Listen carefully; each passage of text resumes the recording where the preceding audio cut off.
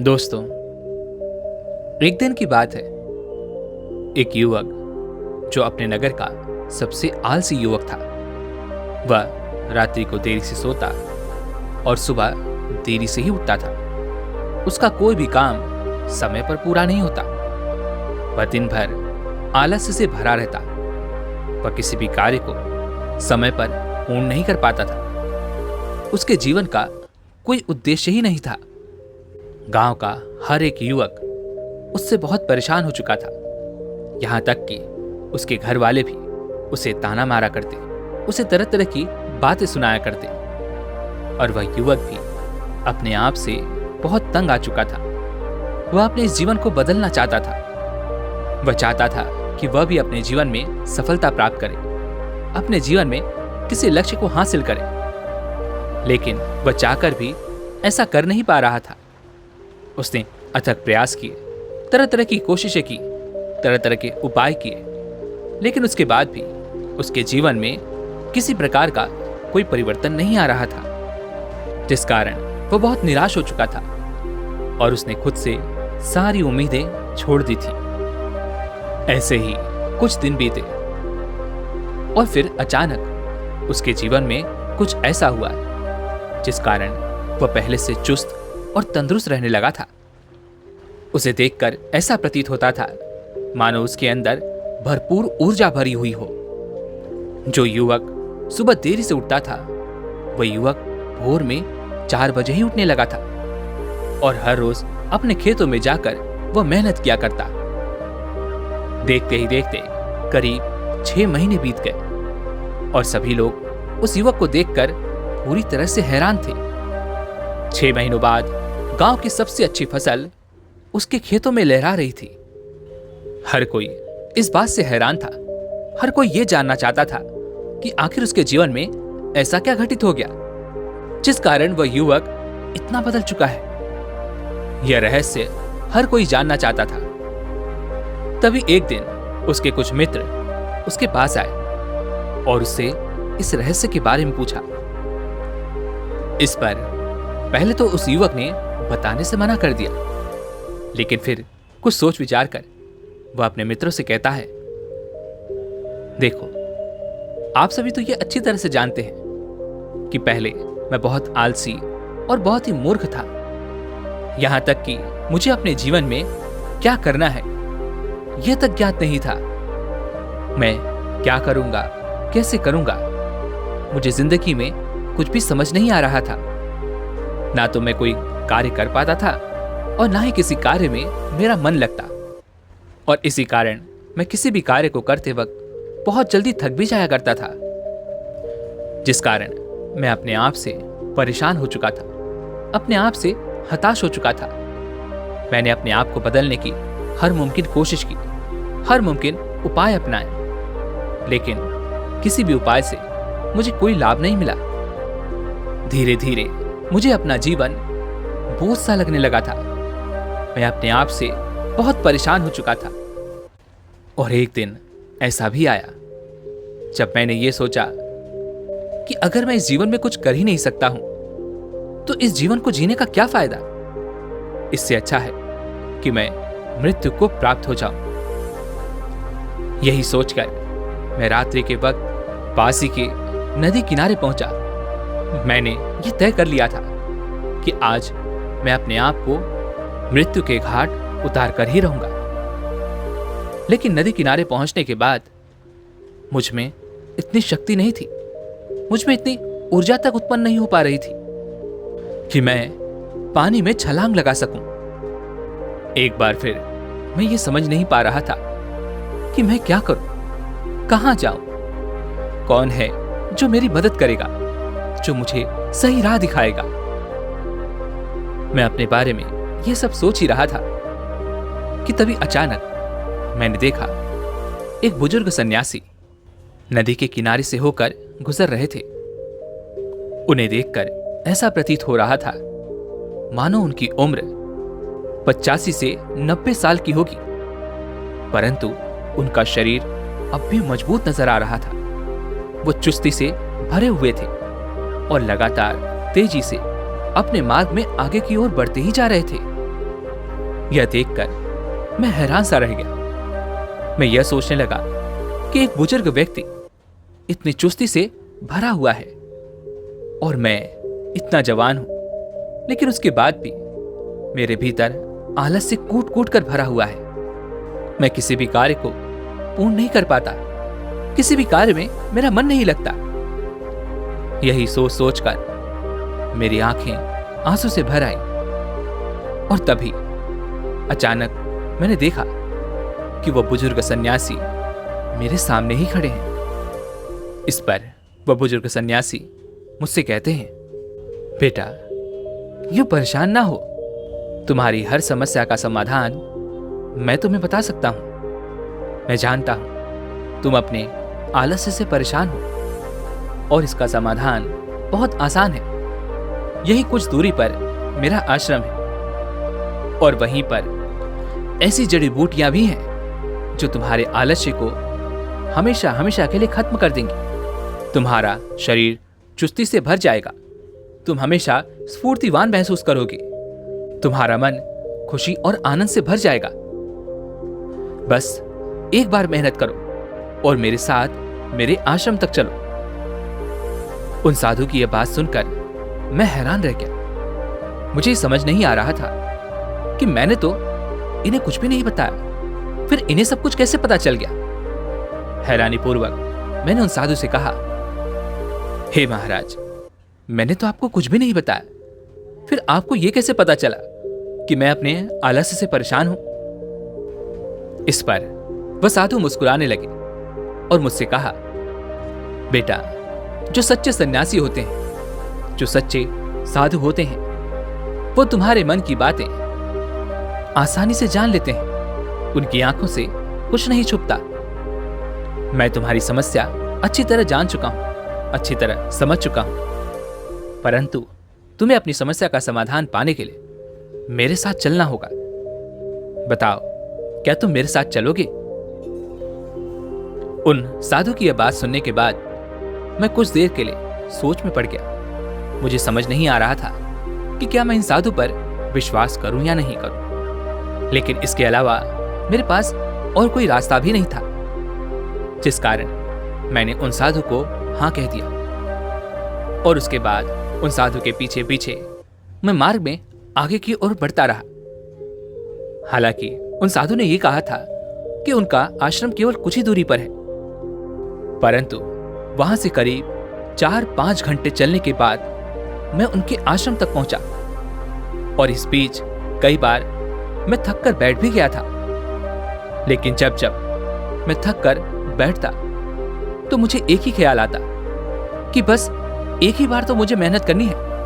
एक बार यदि मुझे वो जड़ी बूटी मिल गई तो मेरा जीवन बदल जाएगा, मेरे जीवन के सारे दुख दूर हो जाएंगे। बस यही एक विचार मुझे हर बार शक्ति प्रदान कर रहा था, जिस कारण देखते ही देखते मैंने वो सफर तय कर ही लिया और मैं उन साधु के आश्रम पहुंच गया। वहां पहुंचते ही मैंने उन साधु से कहा, महाराज, अब तो मुझे वो जड़ी बूटी दे दीजिए। आखिर इतना लंबा सफर तय करके मैं यहां तक पहुंचा हूं, अब मुझसे इंतजार नहीं होता। और वैसे भी घर पर मेरे माता पिता अकेले ही हैं। मेरी बातें सुनने के बाद उन सन्यासी ने मुझसे कहा, बेटा, अभी तो अंधेरा ही है और जैसा कि तुम देख पा रहे हो, आश्रम के पीछे पूरा जंगल ही है और ऐसे में उस जंगल में जाकर वो जड़ी बूटी लाना खतरे से खाली नहीं। इसलिए तुम कुछ समय और यहीं पर इंतजार करो। जैसे ही सवेरा होगा मैं जाकर वो जड़ी बूटी लाकर तुम्हें दे दूंगा। उसके बाद तुम खुशी खुशी यहां से चले जाना। उन साधु की यह बात सुनकर मुझे थोड़ा सा भय महसूस हुआ। मुझे ऐसा प्रतीत हुआ मानो ये साधु मुझे बेवकूफ बनाने की कोशिश कर रहे हैं। मुझे उन पर संदेह हो रहा था, परंतु मैं इसके अलावा और कर भी क्या सकता था।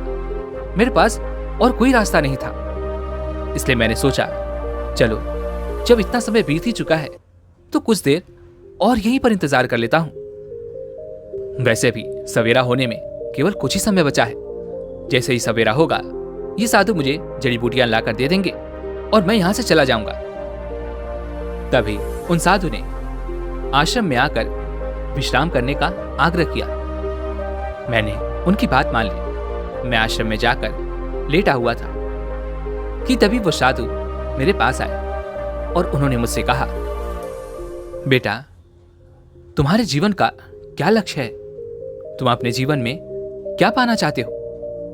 अर्थात यदि मैंने तुम्हें ये जड़ी बूटियां दे भी दी, जिससे तुम्हारा आलस्य तो हमेशा हमेशा के लिए खत्म हो जाएगा, तुम्हें ताकत भी मिलेगी, परंतु उस शक्ति का, उस ताकत का तुम क्या इस्तेमाल करोगे? उन साधु की यह बात सुनकर मैं कुछ देर के लिए सोच विचार में पड़ गया।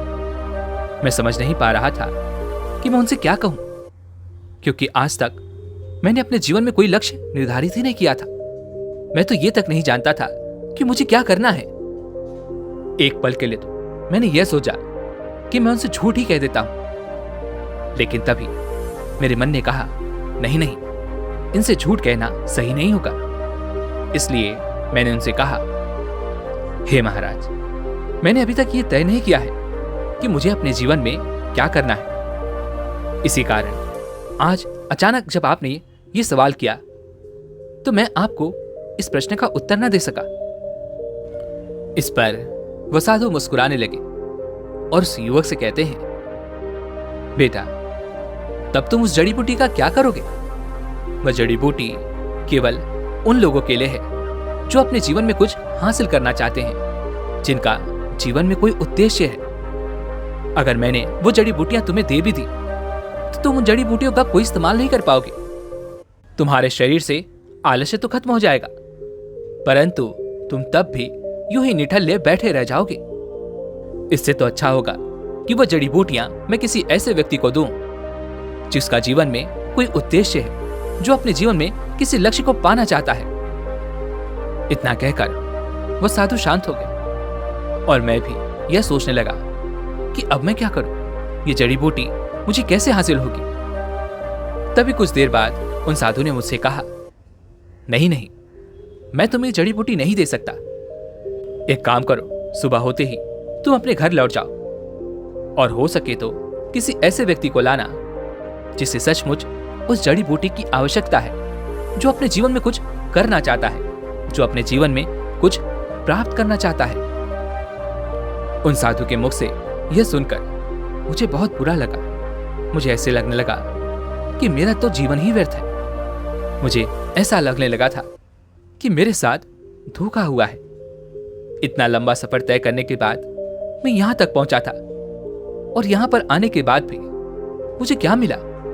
मायूसी। सवेरे होते ही मैं वहां से निकल पड़ा और वापस गांव लौट आया, लेकिन रास्ते में मैंने यह तय कर लिया था कि मैं उस जड़ी बूटी को हासिल करके ही रहूंगा, भले इसके लिए मुझे झूठ का ही सहारा क्यों न लेना पड़े। इसलिए मैंने एक तरीका अपनाया। मैंने पड़ोस के गांव से अपने मित्र को बुलाया और उसे यह अच्छी तरह से समझा दिया कि उसे क्या करना है, उसे कौन से प्रश्न का क्या जवाब देना है, और जैसे ही वो जड़ी बूटी उसे मिल जाएगी, वह जड़ी बूटी मुझे सौंप देगा।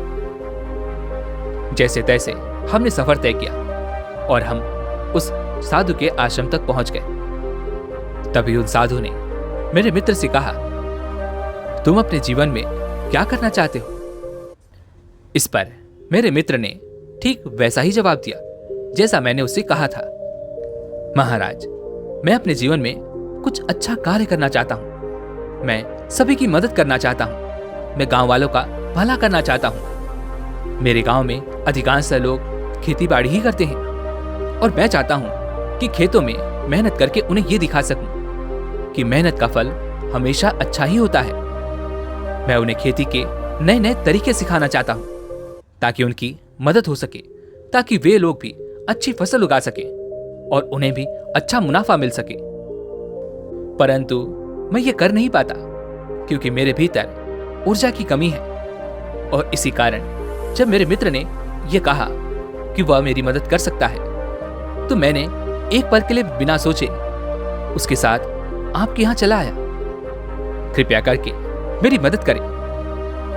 उस युवक की यह बात सुनने के बाद वह साधु कुछ देर सोचे, विचारे और उसके बाद वह पीछे जंगल की ओर चले गए।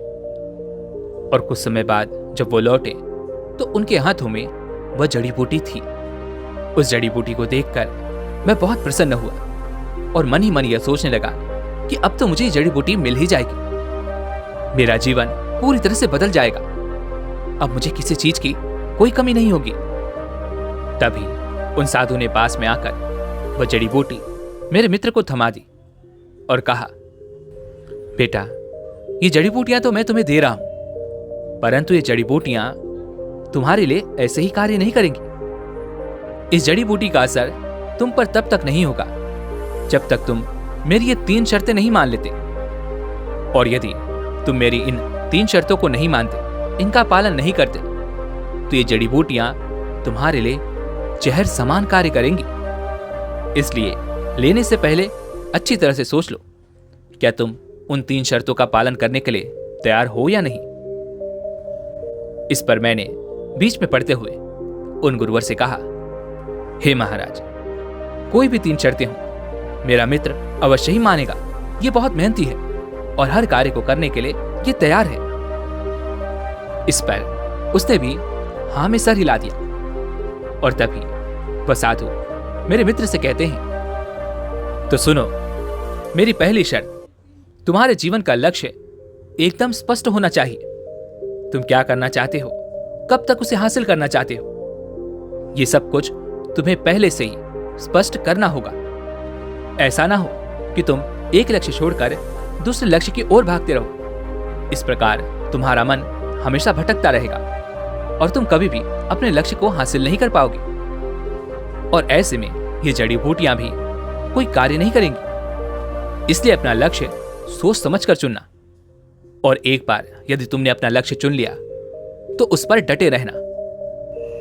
दूसरी शर्त यह है, हर रोज अपने लक्ष्य को हासिल करने के लिए छोटे छोटे लक्ष्य तय करो और उन्हें दिन खत्म होने से पहले पूरा करने की हर मुमकिन कोशिश करो। और इसके लिए तुम्हें प्रातः सुबह उठना भी होगा, अर्थात ब्रह्म मुहूर्त में तुम्हें उठकर यह तय करना होगा कि आज तुम्हें क्या करना है। क्या तुम यह कर पाओगे? उन साधु की यह शर्त सुनने के बाद मुझे तो ऐसा प्रतीत हो रहा था कि मैं इस शर्त का पालन नहीं कर पाऊंगा। परंतु तभी मेरे मन में एक और विचार उत्पन्न हुआ और वह यह था कि अगर ये जड़ी बूटियां मुझे ताकत देंगी तो सुबह 4 बजे मैं अवश्य ही उठ जाऊंगा। और तभी मैंने बीच में पड़ते हुए उन साधु से कह भी दिया, महाराज, अगर ये जड़ी बूटियां हमें ताकत प्रदान करेंगी तो हम सुबह 4 बजे तो अवश्य ही उठ जाएंगे। इस पर वह साधु मुस्कुराते हुए मेरे इस प्रश्न का जवाब देते हुए कहते हैं, बेटा, ये जड़ी बूटियां तुम्हें अवश्य ही शक्ति प्रदान करेंगी, तुम्हारे जीवन में बदलाव लाएंगी, परंतु उसके लिए तुम्हारा मन किसी एक लक्ष्य के प्रति पूरी तरह से दृढ़ होना चाहिए। तुम्हें दृढ़ निश्चय करके आगे बढ़ना होगा, तभी यह संभव हो पाएगा। अगली शर्त यह है कि जब भी तुम सोने के लिए बिस्तर पर जाओ तो पूरे दिन में तुमने अपने लक्ष्य को पाने के लिए क्या क्या किया है, क्या तुम अपने लक्ष्य के करीब पहुंचे हो, यह प्रश्न अपने आप से अवश्य पूछो।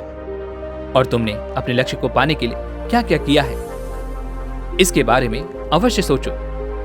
परंतु याद रखना कि अगर तुमने खुद से यह सवाल नहीं किया तो सुबह उठने के बाद ये जड़ी बूटियां तुम्हारे लिए काम करना बंद कर देंगी और फिर तुम वही थका हुआ जीवन महसूस कर पाओगे। अगर तुम ये तीनों शर्तें मानने के लिए तैयार हो, इनका पालन करने के लिए तैयार हो, तो मैं ये तुम्हें जड़ी बूटियां अवश्य ही दे सकता हूं। कहो, क्या तुम तैयार हो? इस पर मैंने बीच में ही आकर कह दिया, हे महाराज, हम तैयार हैं। हम आपकी इन तीनों शर्तों का पालन अवश्य ही करेंगे। उन साधु ने मेरी ये बात सुनकर वह जड़ी बूटियां मेरे मित्र के हाथों में थमा दी। उसके बाद हम वहां से वापस घर लौट आए। लेकिन उससे पहले, जैसा कि तय हुआ था, मेरे मित्र ने वो सारी जड़ी बूटियां मुझे सौंप दी। और उसके बाद क्या कुछ हुआ है ये तो आप सभी जानते ही हैं। मेरे जीवन में कितना कुछ बदलाव आया है, मेरा जीवन किस प्रकार से बदल गया है, ये सब आप देख ही पा रहे हैं।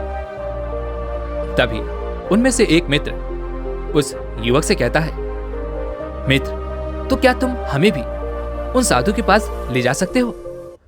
हमें भी वो जड़ी बूटियां चाहिए ताकि हम भी अपने जीवन में कुछ बड़ा कर सकें, कुछ नया कर सकें। अपने मित्रों की यह बात सुनकर वो युवक जोर जोर से हंसने लगा। यह देख वहां पर उपस्थित वो सभी मित्र ये समझ नहीं पा रहे थे कि आखिर यह हंस क्यों रहा है। तभी वह युवक अपने हंसने का कारण बताते हुए कहता है, देखो, उन साधु के पास से वो जड़ी बूटियां लाने के बाद मैंने लगातार 1 महीने तक उन जड़ी बूटियों का सेवन किया और उन 3 शर्तों का पालन किया। और इस 1 महीने के दौरान मुझे ऐसा प्रतीत हो रहा था कि वो जड़ी बूटियां सच में मेरे लिए काम कर रही हैं और मेरे शरीर में शक्ति बढ़ रही है। मेरा शरीर ऊर्जावान हो रहा है। और इसी दौरान मैं अपने खेतों में भी कार्य कर रहा था। मैं हर वो कार्य कर रहा था जिसमें मेरा मन नहीं लगता था, परंतु जड़ी बूटियां लेने के बाद मेरा हर कार्य में मन भी लगने लगा था। हर कार्य को मैं मन लगाकर पूरा कर रहा था। और तब एक दिन मुझे ऐसा प्रतीत हुआ कि यह सब कुछ उन जड़ी बूटियों के कारण ही है।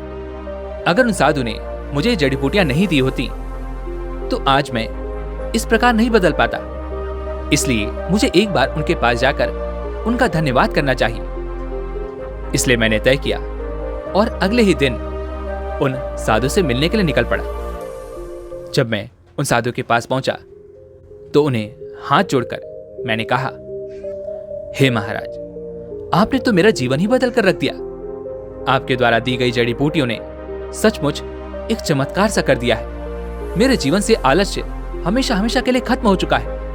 मैं सुबह 4 बजे उठकर यह तय करता हूं कि मुझे क्या करना है और मैं उस लक्ष्य को दिन भर में हासिल करने की हर मुमकिन कोशिश भी करता हूं। मेरे जीवन का अब एक उद्देश्य है, एक लक्ष्य है जिसे मैं पाना चाहता हूं। और रात्रि को सोते वक्त मैं अपने आप से यह प्रश्न भी अवश्य ही करता हूं कि मैंने अपने लक्ष्य को पाने के लिए हर मुमकिन कोशिश की है या नहीं। क्या मैंने अपने लक्ष्य को पा लिया है या नहीं। हालांकि कुछ दिन शुरुआत में मुझे ये सब करने में बहुत तकलीफें हुई, परंतु आपकी शर्तों का पालन करना भी आवश्यक था। इसलिए मैंने आपकी शर्तों का पालन नियमित रूप से किया और आज आप देख सकते हैं कि मेरा जीवन पूरी तरह से बदल चुका है और ये सब आप ही के कारण हुआ है। इसलिए मैं आज आपका यहां पर धन्यवाद करने आया हूं। यह सुनकर वो बुजुर्ग साधु जोर जोर से हंसने लगे और उन्होंने मुझसे कहा, बेटा, ये कोई जड़ी बूटी का कमाल नहीं है। ये तो तुम्हारे भीतर बसी हुई उस ऊर्जा का कमाल है, उस शक्ति का कमाल है। मैंने तो तुम्हारे मित्र को केवल साधारण सी पत्तियां ही लाकर दी थी, क्योंकि मैं जानता था इस खेल के पीछे तुम ही हो जो वो जड़ी बूटियां पाने के लिए मुझसे झूठ कह रहे हो। परंतु मैंने तुम्हें इसलिए नहीं रोका क्योंकि तुम सच में अपने जीवन में बदलाव लाना चाहते थे और यही कारण है कि मैंने तुमसे झूठ कहा। इस पर मैं हक्का बक्का सा रह गया। मुझे समझ नहीं आ रहा था कि आखिर उन्होंने मेरे साथ ऐसा क्यों किया। तभी मैंने उन साधु से कहा, महाराज, आपने मुझसे झूठ क्यों कहा। इस पर वह साधु मुस्कुराते हुए मुझसे कहते हैं, बेटा, सच्ची शक्ति तुम्हारे भीतर ही है जो तुम्हें मेहनत के लिए मजबूर करती है। जब हम एक दृढ़ निश्चय कर लेते हैं कि हमें ये पाना ही है तो हमें किसी जड़ी बूटी की कोई आवश्यकता नहीं है। हमारा अवचेतन मन हमें वो शक्ति प्रदान करने लगता है। जिस लक्ष्य को हम पाना चाहते हैं उसके लिए जितनी ऊर्जा चाहिए, जितनी शक्ति चाहिए, वो हमें अपने आप ही देने लग जाता है। परंतु बस यहाँ पर एक छोटी सी बात यह है कि हमें अपने लक्ष्य को अपने अवचेतन मन तक पहुंचाना पड़ता है। और अगर ये सारी बातें मैं तुम्हें सरलता से, आसानी से बता देता तो तुम्हें शायद इस पर विश्वास नहीं होता और अवचेतन मन भी तुम्हारी इन बातों पर इतनी आसानी से विश्वास नहीं करता। इसलिए मैंने तुम्हें वह पत्तियां दी थी जिसे मैंने जड़ी बूटियों का नाम दिया था, क्योंकि तुम्हें इस बात पर विश्वास था कि वो जड़ी बूटियां तुम्हें पूरी तरह से बदल कर रख सकती हैं वो तुम्हारा जीवन बदल सकती हैं। और इसी विश्वास का फायदा उठाकर मैंने तुम्हारे अवचेतन मन में ये बात डाल दी कि तुम किसी लक्ष्य को पाना चाहते हो। और एक बार जब तुम्हारे अवचेतन मन तक ये सारी बातें पहुंच गई तो उसने अपना कार्य करना शुरू कर दिया। उसने तुम्हें ऊर्जा प्रदान करनी शुरू कर दी। तुम्हारा अवचेतन मन ही तुम्हारे लिए जड़ी बूटी का कार्य कर रहा था। अवचेतन मन बहुत शक्तिशाली होता है, परंतु इसकी शक्तियां हम जान नहीं पाते, क्योंकि अवचेतन मन को समझाना इतना आसान नहीं है। अवचेतन मन को समझाने के लिए हमें उसे बेवकूफ भी बनाना पड़ता है, ताकि वो उस बात पर विश्वास कर सके। और एक बार यदि उसने आपकी बातों पर विश्वास कर लिया तो उसके बाद आपको किसी भी दवा, किसी भी औषधि या किसी भी चमत्कार की कोई जरूरत नहीं पड़ने वाली।